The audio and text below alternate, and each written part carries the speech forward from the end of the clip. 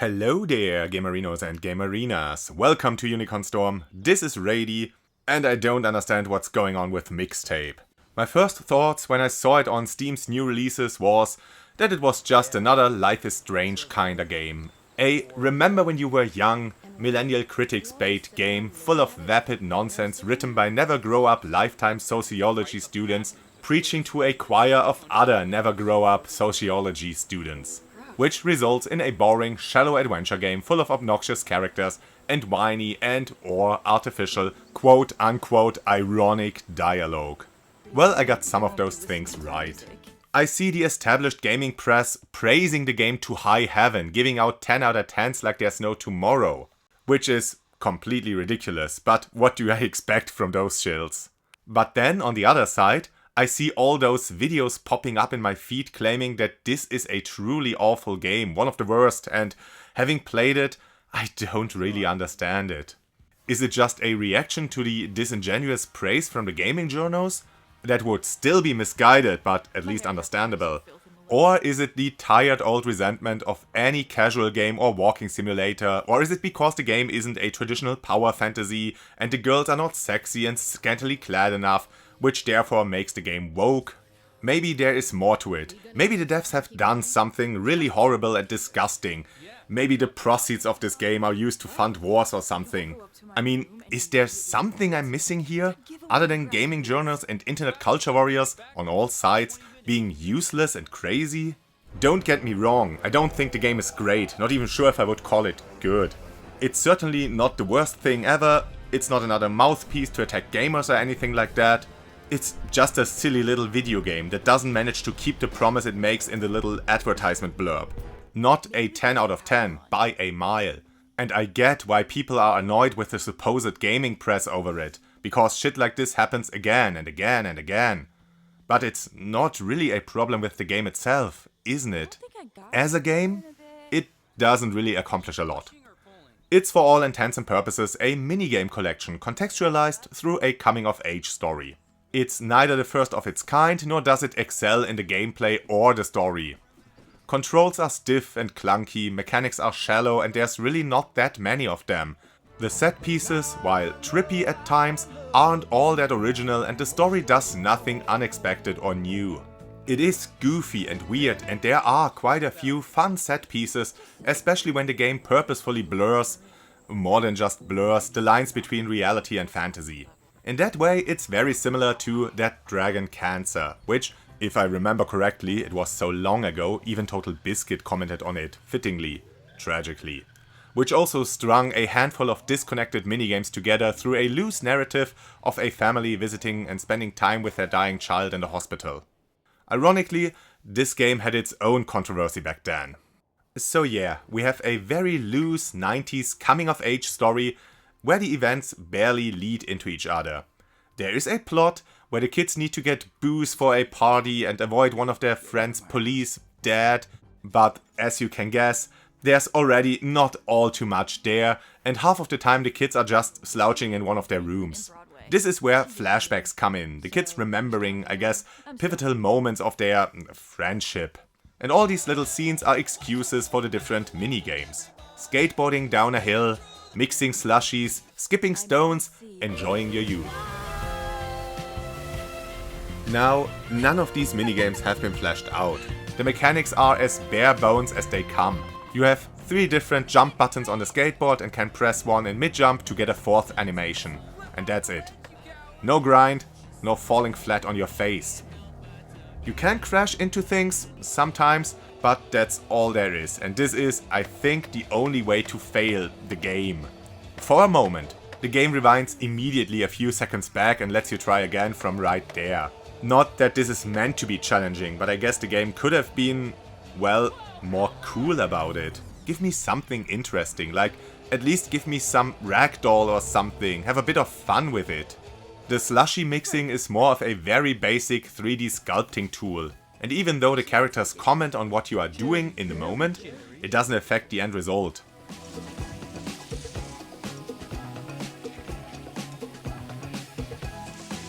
This is called Ice Wizard, Attorney at Law.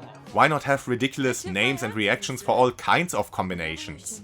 The stone skipping is just point and shooting, no skill involved, the stones will always skip perfectly. Same with the slingshot. That one even allows you to shoot at the dude next to your little target range. But why didn't you get a different animation when you nail him in the nuts? Come on, do the devs not know how gamers play games? That pretty much everyone would try this.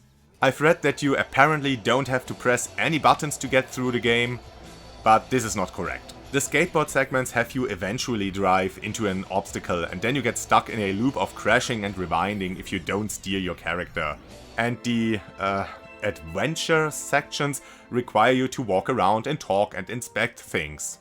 And sometimes you have to accomplish a certain goal before you're allowed to progress. Snap a picture, carry an item to a clerk, and maybe the most challenging moment in the game, bafflingly so, the baseball game, where there's actually some skill involved. Not all that much, but it's certainly quite a jump in difficulty for this game.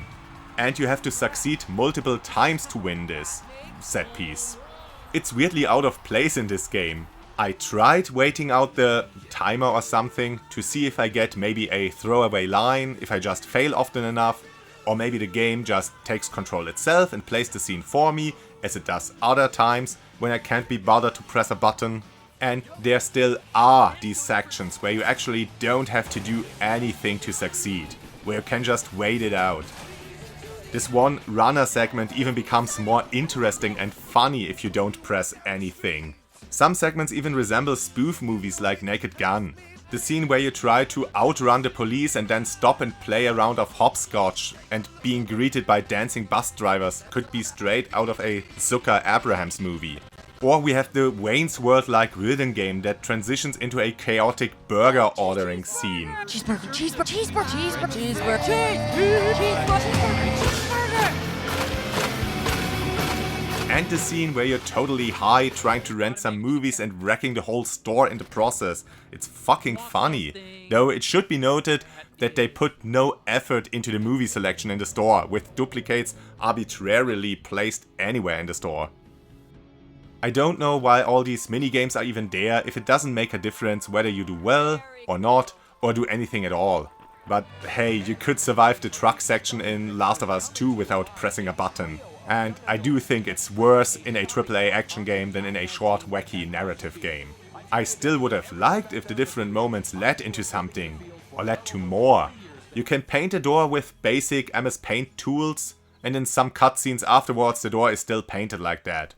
And there is one photo booth scene where the pictures afterwards are the ones you actually took. But that's as far as it gets with this game. Why not have these pictures return later? Why not have the characters in later scenes order the same slushies again? At the start of the game you have to do a secret handshake with one of your friends, and this never returns. It's just here to play a handful of canned animations and appear cool. But wouldn't it have been an awesome way to end the game if you had to repeat it when the friends say goodbye? All going their different ways. With different dialogue depending on whether you remembered it or not. But that's not what the game is about. It only barely qualifies as an interactive experience, more than Dear Esther, but still less than many of its contemporaries. This game shows you the developer's one and only vision, and your input was never a priority for them at any point. Another game comes to mind that is very similar in the overall approach to mechanics, variety and disconnected set pieces. What Remains of Edith Finch. But that game does pretty much everything better. The game mechanics, simple as they are, feel more polished, not as clunky as in Mixtape, and while there are also no stakes in those segments, they do create a kind of tension, since they are better implemented into the narrative. The story gives you a mystery as you try to piece together what the title refers to, as you explore the weird and intriguing family home of the Finches. You get actually invested in the game and the story. I was not really invested in Mixtape's narrative. A reason for that might be that all the conversations sounded so fucking fake. You've ruined our road trip. I know this. What's the name of this woman who's tearing us apart? Bella Deltone. Stilted exposition and a strong "how do you do, fellow kids" vibe. There are some good lines in there, most of them coming from the metalhead stoner dude. He's the only one keeping it real. But you know what's not metal? What? Caring about people's hair. But the rest is just the kids explaining in detail their feelings and how it affects their actions. People are so preoccupied with their own self-loathing, they'll kill for a little ray of sunshine. Everyone's terrified they'll need to make some great change to be awesome. But no one wants to change, and you made me feel like I didn't have to. They have it all figured out. They understand how everything works. This isn't how teens talk. It's more like fucking old-ass philosophy professors pretending to be kids would talk. They either have to be more starry-eyed and innocent, or dumber without noticing. Instead, we get this incredibly staged dialogue, with the worst offender being our main character. She is this above-it-all, really deep girl who always has the perfect comeback, is super confident and narrates the game in real time, and even breaks the fourth wall to address the audience directly.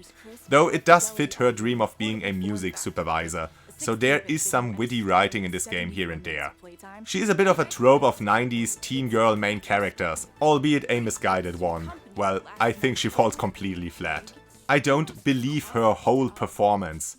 The cool, eccentric female icons of my childhood and early teens were once like these.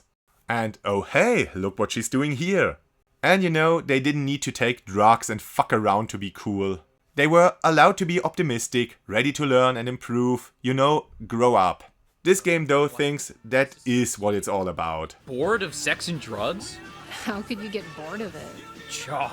These characters are so cool because they're stoned all the time. Because disappointing your parents is the greatest thing in life. Conan, what is best in life? Disappointing your parents, that's why the narrative fails as a coming-of-age story. There is no growth. There are some resolutions to ongoing conflicts, but it's not because of the characters gaining perspective, improving or taking responsibility. It just happens because that's what's supposed to happen at that moment in the narrative. The characters don't change. They behave the same at the start as they do at the end of the game. They start as self-absorbed delinquents and end as such. They're not planning on leaving the childish stuff behind them after their last summer, after their last party.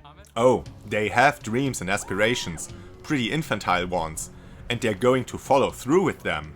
But there is no hint of actual growth to any of those characters. At the end, we're still going to disappoint our parents, not meet them eye to eye.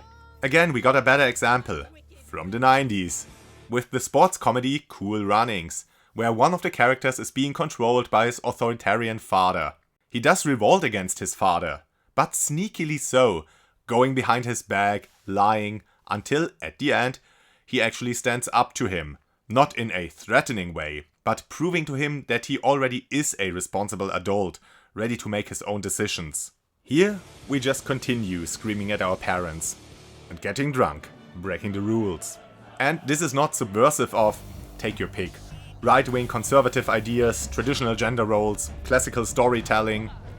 It's bog standard coming of age, but without the payoff. Kids not knowing what to do with their life, grand yet infantile plans, fuck you dad, fuck the police, fuck the principal, friendships ruined, forgive and forget, one last summer.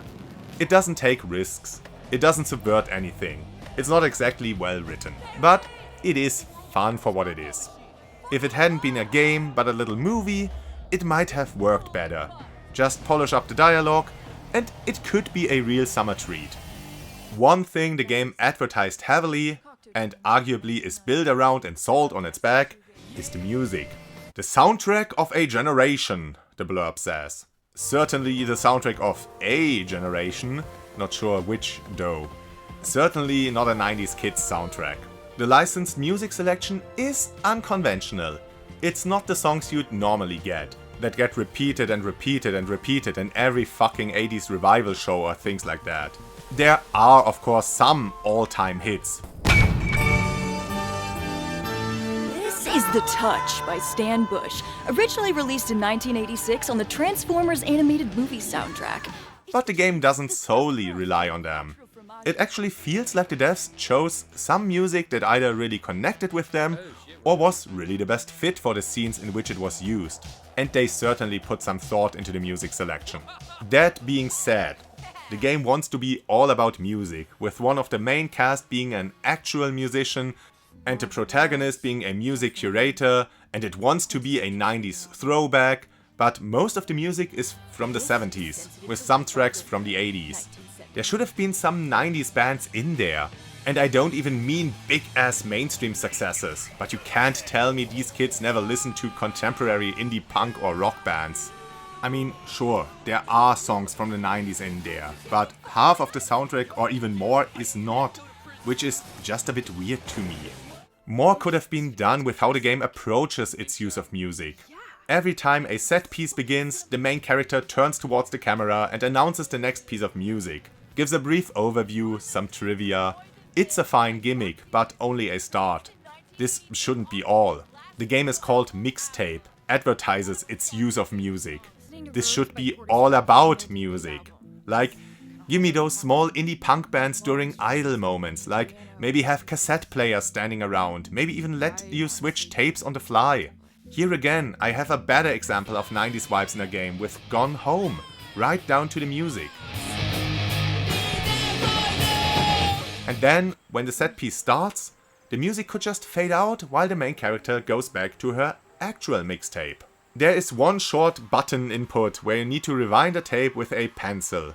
So 90s. But why stop there? Why not use this mechanic as a punishment for screwing up instead of the auto-rewind? We could even have some fun with it and let us rewind all the way back to the start of the segment. This game has so much potential for goofy stuff, for fun mechanics, you know? Actual game things. As it stands now, it's just a 2-hour distraction. Every single element of this game has been done better in other games. Nothing makes it stand out in any way. It's just a mediocre time waster, with a lot of mildly amusing ideas peppered in, and a neat art style. It's not the worst thing I've played. And despite the outrage of the terminally online, and the prudes who are offended by teens kissing, it is a rather inoffensive game. Nothing gets challenged, nothing called out. It's not an anti-game, it's just a very shallow one. And with that, I'm off. I wish you an awesome day. This has been Rady, and I hope to see you again on the next game.